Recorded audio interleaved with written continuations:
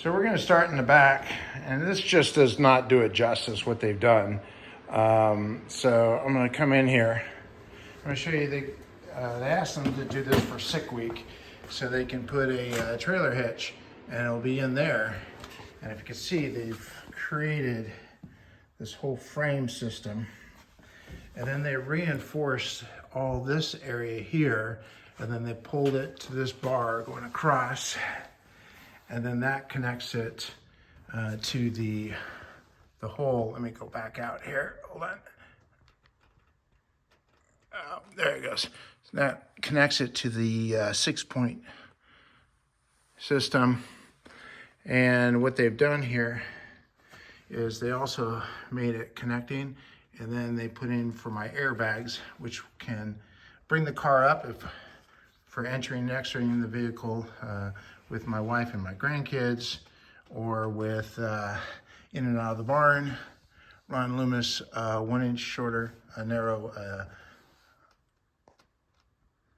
trailing arms, and they welded all that together.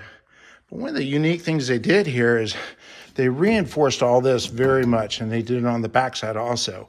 And so that pulls to here, which is adjustable, which then goes back to here, which then goes to the trailer system.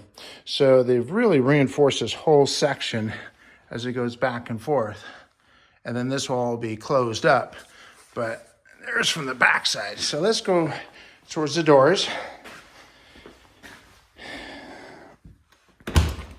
And they have made this stuff fit like a glove. I mean, it fits within ½ an inch of all this area here. So if you're inside, you can see. And they've designed this so we go, instead of just going to sheet metal, they went all the way down to the bottom, and then they welded in a ½ inch plate into the pan. And then they connect that to the pan.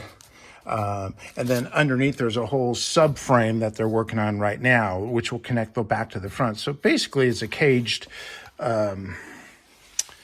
car around a steel frame. So we get a little extra weight, but security. With all the A-pillars, and they've wrapped this super tight. And then for the 4-point, you can see down here. Now, if I pull the seat forward, now these are also, right now I just have it in here, but they'll have the pin. So if I want to enter and exit, it just swings out. I can get in, pin it. But if I just want to do some basic streetable stuff and I don't want all this in the way, I can unbolt the A-pillars, and I can take this whole arm off here. So it just depends on my application. Let's pull this forward here. Hold on. There we go.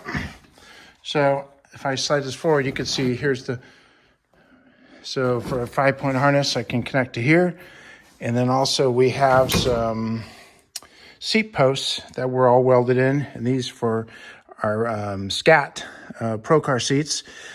So I can take 4 bolts off and change out the seats if I need to. And then let's go in the back and look. So there's the whole 6-point harness system. Absolutely amazing what they did. I want to show you a couple of little things to do here. So we can go to the up front. Oh. This is where it really gets good. So this is the Super Beetle front end, 1302, 1303. So the spare tire area comes real far out. So instead of an angle for the spare tire, it really goes far out. The fuel tank starts behind the axles, which is normal for Volkswagen, but further back for a Super Beetle makes it safer. And then they custom made me a full fuel cell. So if anything happens, flip over or whatever, it has all so I can vent. I do a vent off of here, and then it has the valve, so if it flips over, it won't leak. And then all the AN6 fittings.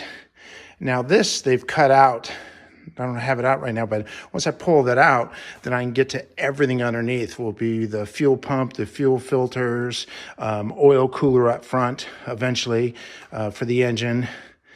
And then, of course, all the electrical I'm working on from scratch. So we're trying to give it the sleeper look once we get the hubcaps on. But there you go. A little safer, I believe.